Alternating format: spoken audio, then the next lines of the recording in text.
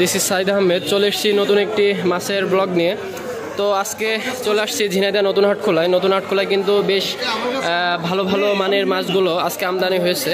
এদিকে দেখতে পাচ্ছেন একটি চাচা, যিনি কিন্তু মাছ সম্পর্কে আমাকে কিছু ধারণা দিচ্ছিল। তো চাচার সাথে একটু কথা বলবো, আপনাদের জানানোর চেষ্টা করব কোন মাছটির আসলে কি নাম। এই মাছটির কি নাম চাচা? এটা হচ্ছে বাউলা মাছ। বাউলা মাছ, বাউলা মাছ। বাউলা মাছটা কিন্তু দেখছেন সাইজে ছোট, তারপরে কিন্তু চমৎকার চমৎকার, এর থেকে বড় হয় না এগুলো, না? আচ্ছা আচ্ছা, বাউলা মাছ এগুলো কিন্তু নিতে হলে আপনাকে চলে আসতে হবে নতুন হাটখোলায়। নতুন হাটখোলায় আসলে কিন্তু পেয়ে যাবেন। এদিকে যদি আরেকটু দেখাই, এটা হচ্ছে বাঁশপাতা মাছ। আগে কখনো দেখছেন কিনা বাঁশপাতা মাছ? আমিও কিন্তু এর আগে দেখি নাই, কি দেখছি কিনা নাম জানি না। তারপরে কিন্তু আজকে দেখানোর চেষ্টা করব। প্রথমটি দেখলেন বাউলা মাছ এবং এটি হচ্ছে বাঁশপাতা মাছ। বাঁশপাতা মাছটি নিতে হলে আপনাকে আসতে হবে কিন্তু ঝিনাইদহ নতুন হাটখোলায়। এবার এদিকে যদি একটু দেখাই, পাবদা মাছের সাথে কিন্তু আসলে অনেকেই পরিচিত আছেন, যেহেতু পাবদা মাছ সচরাচর আমরা দেখে থাকি, সেহেতু কিন্তু পাবদা মাছ সম্পর্কে আমরা মোটামুটি জানি। এই মাছটি কিন্তু আসলে খেতেও খুবই সুস্বাদু, সাথে কিন্তু বেশ ভালো ভালো সাইজ। আসলে পাবদা মাছের সাইজগুলো এরকমই হয়। তো এই পাবদা মাছগুলো কিন্তু পেয়ে যাবেন ঝিনাইদহ নতুন হাটখোলায় আসলে। তো আরও একটু উন্নত মানের একটি মাছ দেখানোর চেষ্টা করি।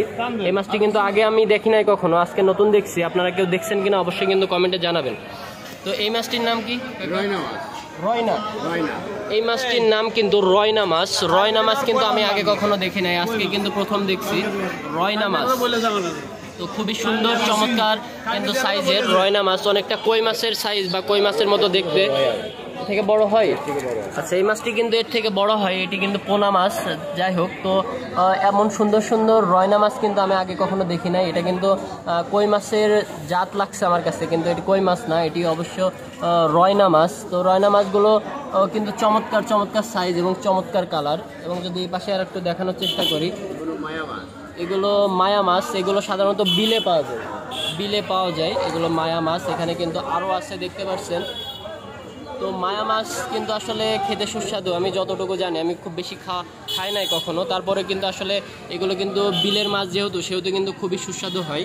এবং এই পাশে আরেকটি মাছ আছে। এই মাছটি কি সরপুটি, না? হ্যাঁ, এটি আমিও মনে মনে আসলে ভাবছিলাম যে এটি সরপুটি। পুঁটিগুলো কিন্তু খুবই চমৎকার। এমনিতে পুঁটি মাছ ভাজি খেতে কিন্তু খুবই অসাধারণ লাগে। তারপরে কিন্তু সরপুটি সাইজে একটু বড় হওয়ার কারণে সরপুটিগুলো কিন্তু আসলে খুবই চমৎকার এবং অসাধারণ দেখাচ্ছে। তো এখানে কিন্তু আসলে বিভিন্ন প্রকারের মাছ আছে। বিভিন্ন প্রকারের এই মাছগুলো আপনি কিন্তু বাইরে থেকে নিতে গেলে অবশ্যই আপনাকে মোটা অঙ্কের টাকা গুনতে হবে। তারপরে কিন্তু ফ্রেশ মাছ পাবেন কিনা তার কিন্তু নিশ্চয়তা থাকে না। তো কাকার কাছে আসলে কিন্তু এই মাছগুলো পাবেন। কাকার নাম? আমার নাম মোহাম্মদ আলী বক্স। মোহাম্মদ আলী বক্স। তো কাকা কিন্তু আমাকে মাছগুলো সব দেখিয়ে দিল এবং আপনাদেরও চিনিয়ে দিল কোনটার মাছ। এবং হাশেম আলী, মোহাম্মদ হাশেম আলী ভাই, ওনার কিন্তু আসলে মাছের আড়তটি মূলত ওনার। তো হাশেম আলী ভাইয়ের কাছে কিন্তু চলে আসলে এই মাছগুলো কিন্তু খুবই সহজ মূল্যে এবং খুবই সুস্বাদু মাছগুলো আপনি পেতে পারবেন। এটির লোকেশন হচ্ছে আপনি নতুন হাটখোলায়, আপনি যখন যে কোনো গেট দিয়ে ঢুকলেও হাশেম আলী নাম ভাইয়ের মাছের আড়ত বললে কিন্তু এখানে কিন্তু যে কেউ দেখিয়ে দিবে।